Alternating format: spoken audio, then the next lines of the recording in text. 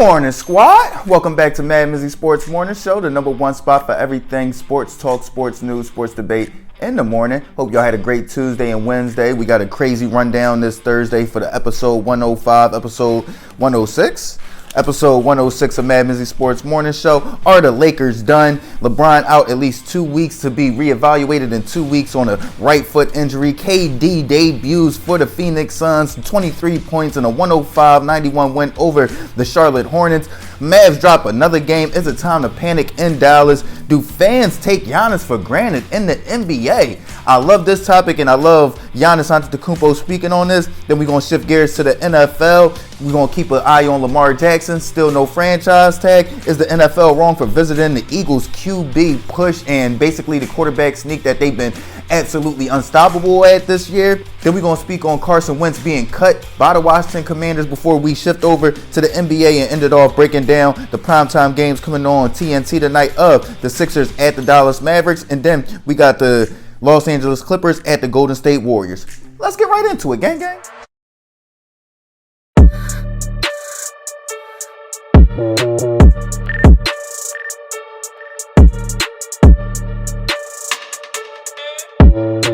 So let's start it off going back to Phoenix and breaking down Kevin Durant's debut game, 23 points on 10 for 15 shooting from the field in a 105-91 win over the Charlotte Hornets. Does this now change my mind about them being the favorites overall to win the title this year or even just in the West in general? For me, no. They came out and looked exactly how I expected them to look. Unfreaking stoppable. You dig what I'm saying? But the major thing with the Phoenix Suns is going to be, number one, health. Chris Paul, 9 times out of 10, is not going to finish out the season without getting injured. Devin Booker, he might finish healthy because he's younger. Kevin Durant, 9 times out of 10, isn't going to finish the season 100% healthy. So when you think about the Phoenix Suns, they're so top heavy. If Chris Paul or Kevin Durant or Devin Booker get hurt, they have no chance. They have absolutely no shot of getting to the NBA Finals. The next thing to me is just the top teams in the Western Conference. To me, you got to look at the Denver Nuggets as the top contender in the Western Conference to the defending champions who are now in the 5th seed in the Western Conference, the Golden State Warriors. So for me, it's the Golden State Warriors. They're the defending champions. They're the 5th seed. They're climbing up. And right now, if the playoffs started, they would be facing the Phoenix Suns. I'm taking the Golden State Warriors with Steph Curry coming back over the Phoenix Suns right now. And that's just me.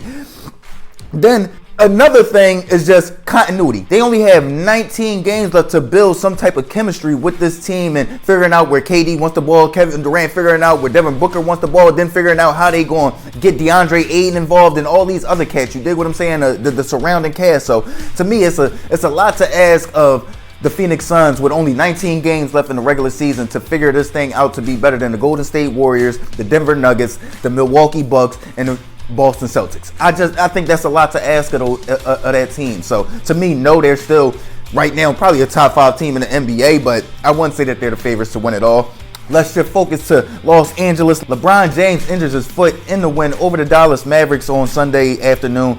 Is this a sign that the Lakers are done and they won't be making the playoffs this year? To me, they won last night, so I want to throw that out there. They did beat the Oklahoma City Thunder with no Anthony Davis, but there was no Shai Gilgeous-Alexander out there, no SGA out there, so they did get a win over OKC. But I'm going to say, yes, they are done. No LeBron James, and then Anthony Davis being out might not be fully engaged. I just feel like they're just like, if it's not one thing, it's another. You feel what I'm saying? They get the trade down. LeBron James passes Kareem, and then he gets hurt. He hears a pop in his foot, and it might be season ending. You feel what I'm saying? So to me, it's just going to stockpile with how many things are going on. Every time they feel like they catch in stride, something else happens. So to me, I'm going to say, yes, this is a sign that the Lakers are done with LeBron James being out at least 2 weeks before he's even being reevaluated. That means he's probably done for the rest of the season. So I'm going to say that the Lakers are done for this season. Let's shift gears from Los Angeles to Dallas. Dallas dropped that game against the Los Angeles Lakers, and they dropped the game against my Indiana Pacers the following day on Monday night. Is it time to panic in Dallas, or was that Tuesday night? One of those nights. Is it time to panic in Dallas with them being 1-5 in the 6 games that Kyrie, Irving, and Luka Doncic played together? I would say yes, because the one glaring factor is that they can't stick nobody. They can't guard a soul out there. My Indiana Pacers are putrid offensively. We went out there and scored 124 points. And that's without scoring. I think they only scored 3 points in the last 6.5 minutes. Only 3 points in the last 6.5 minutes, and they still scored 124 points on the Dallas Mavericks. Come on, man. That's unacceptable. Miles Turner was out there bully balling them dudes. It's like they have nobody to guard that paint. And then you think about Luka and Kyrie, they are defensive liabilities at their position. And at their position, they probably got some of the best players in the league. You're going to face Kevin Durant. You're going to go up against Chris Paul, Steph Curry, Dame Dallas. You get what I'm saying? You're going to go up against Shai Gilgeous-Alexander, De'Aaron Fox. You're going up against some of the top dudes at these positions. Domantas Sabonis. You get what I'm saying? Ja Morant. So everywhere you turn, that defensive liability from Luka Doncic and Kyrie Irving, and then the fact that they can't guard any big men. They're not big at all. Christian Wood is a big dude, but he's soft, and I said that before. He's a finesse player. So when they go up against Joel Embiid tonight, I'm going to speak on that, but I expect a massacre.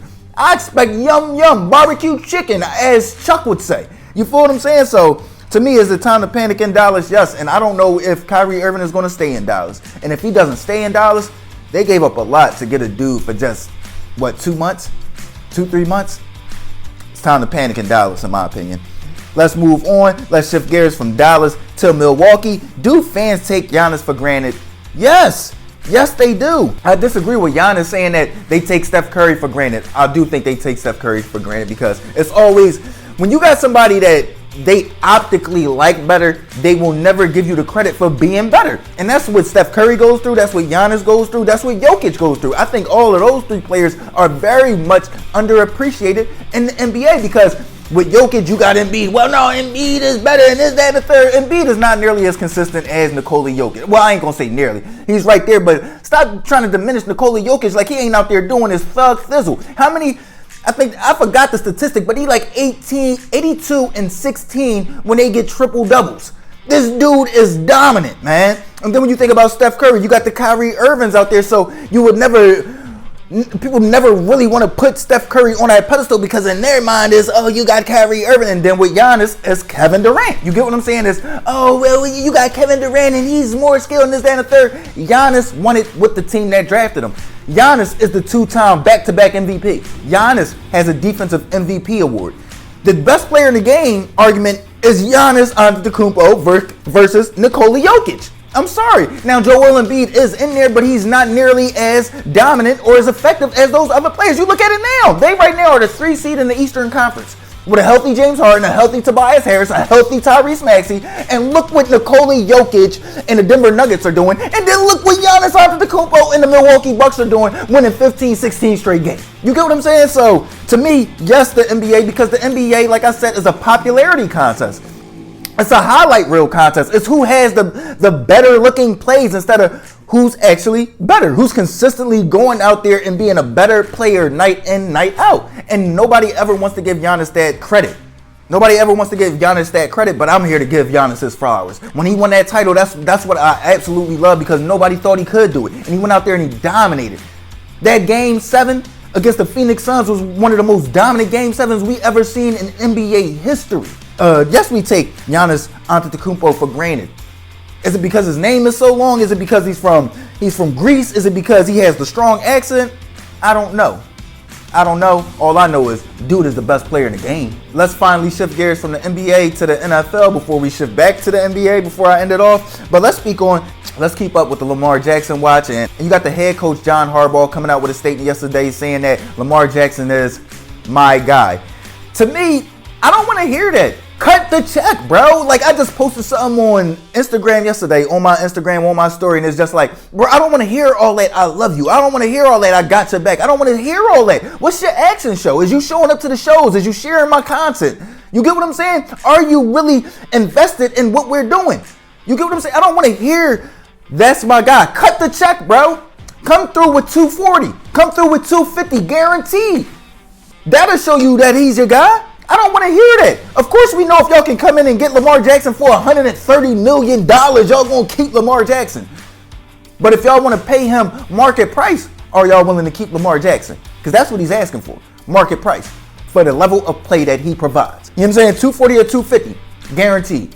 That's what I want to hear, John. You feel? And I'm a hardball fan. When it comes to Jim or John, I bangs with the hardballs. But I don't want to hear, that's my guy. I want to hear, Yeah, we just offered him $240 million. He said he ain't want it. Oh, you say that, then cool. Lamar just might be done with y'all. You know what I'm saying? It might be a time y'all just might need to split up. But I don't want to hear that's my guy when at the end of the day, at the end of the season, you wasn't defending him. You wasn't saying, yeah, Lamar Jackson is hurt. He's not going to be able to play. You were saying, it's up to Lamar and whatever. I don't know what's going on. I'm here to coach.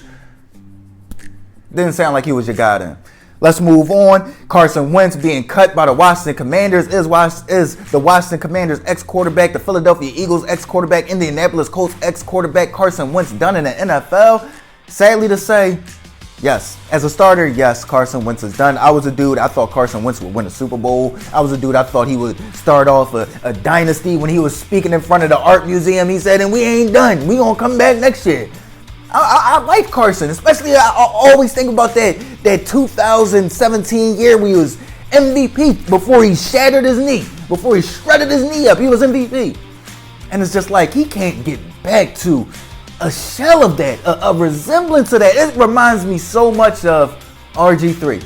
That rookie year, it was just like, you can't forget it because it was so astonishing. But it's also like the preceding years, it's nothing close. You're missing passes. You're not seeing the plays. You're darn sure not as nearly as athletic. This is sad, man. This is sad, dog, to see him take that precipitous drop from, oh, this dude is going to the nowhere. To nowhere. It's sad. Carson, I mean, I hope he gets another shot later on down the line. But for right now, he's done as a starting quarterback in the NFL. He's done as a starting quarterback. Is the NFL wrong for visiting the Eagles quarterback sneak? Yes, yes. To me, this is just the softest thing I could ever see is that the NFL is saying, oh, that is just too perfect what the Eagles are doing with Jalen Hurts and their quarterback sneak and pushing the quarterback in with his leg strength and then the people behind him pushing him. To me, the QB sneak isn't even that big of a play in the football game, in my opinion. Like, that's more so like a 3rd and 1, 4th and 1 type plays. You get what I'm saying? Stop them so they don't get the 3rd and 1, 4th and 1.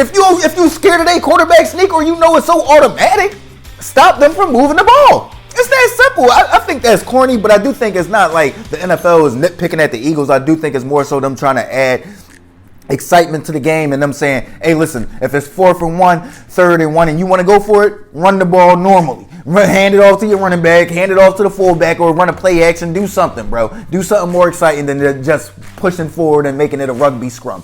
But to me, I think it's corny because it didn't take away from the Eagles' excitement this year. They were still one of the most exciting teams on the field, and they were moving the ball consistently with an automatic, you know what I'm saying, first down every time they got to 3rd and 1, 4th and 1 with the quarterback sneak with Jalen Hurts. So I find it corny, but I do see the NFL and them just trying to add more excitement to the game. They just trying to add more. Bro, y'all are by far the best, you know what I'm saying, professional sports league out right now in North America. Y'all don't got to add more. Before we end off episode 106 of MadMizzy Sports Morning Show, let's shift back over to the NBA, break down the games coming on TNT tonight. You got the Philadelphia 76ers at the Dallas Mavericks, and then you got the Los Angeles Clippers at the Golden State Warriors. What do I see in this first game? Philadelphia 76ers at the Dallas Mavericks. Like I stated earlier, Mavs lost 4 of the last 5 games, actually lost 5 of the last 6 games. Sixers won 3 of the last 5 games. And like I said before, the Dallas Mavericks just don't have any size, don't have any girth. They're going up against one of the best big men ever to play the game in Joel Embiid. And Joel Embiid is just going to be too much. I'm going to go with the Philadelphia 76ers over the Dallas Mavericks, 118-111 in Dallas. Like I said, it's time to panic in Dallas. And now I think they're going to start to press and try to do more than what they're asked to do. So I don't see this turning too well for the Dallas Mavericks. They got to get some more team pieces. Let's move on. Let's shift over to Golden State and San Francisco. We got the Clippers coming in to face the Golden State Warriors. Clippers lost 3 of the last 5 games. Dubs won 3 of the last 5 games, including the last 3 games. Dubs right now are the 5th seed, a game and a half behind the 4th seed, the Phoenix Suns. So I think that the Golden State Warriors are going to have a lot more motivation to get this win now. I know the Clippers, they want to keep pace. They want to stay in the playoff hunt and all that. So they'll have a lot more motivation. They're 0-3 with Russell Westbrook as their starting point guard. So or since they got Russell Westbrook. So to me, I'm going to go with the Golden State Warriors just because they've been playing better of late. Jordan Poole's knowing his role. I'm going to see Klay Thompson going off tonight. I'm going to go with the Golden State Warriors 115-108 over the Los Angeles Clippers. Let me know what y'all think, though. This is episode 106. Are the Lakers done with LeBron James out at least 2 weeks until he's being reevaluated? Kevin Durant debuts for the Phoenix Suns. 23 points on 10 for 15 shooting in a 105-91 win over the Charlotte Hornets. Are they the favorites to win it all this year? Mavs drop another game to my Indiana Pacers. Is it time to panic in Dallas? Do fans take Giannis Antetokounmpo for granted? Is the NFL wrong for visiting the Eagles' quarterback sneak this season? Lamar Jackson watch. Will he get a franchise tag? Carson Wentz being cut by the Washington Commanders. Will he ever get another starting shot in the NFL? And then we breaking down the games coming on TNT tonight of the Philadelphia 76ers at the Dallas Mavericks. Who do y'all have in that game? And the Los Angeles Clippers at the Golden State Warriors. Who do y'all have in that game? MadMizzy Sports Morning Show. Like, comment, share, subscribe, listen, alert. MizzyWorld Entertainment. Gang.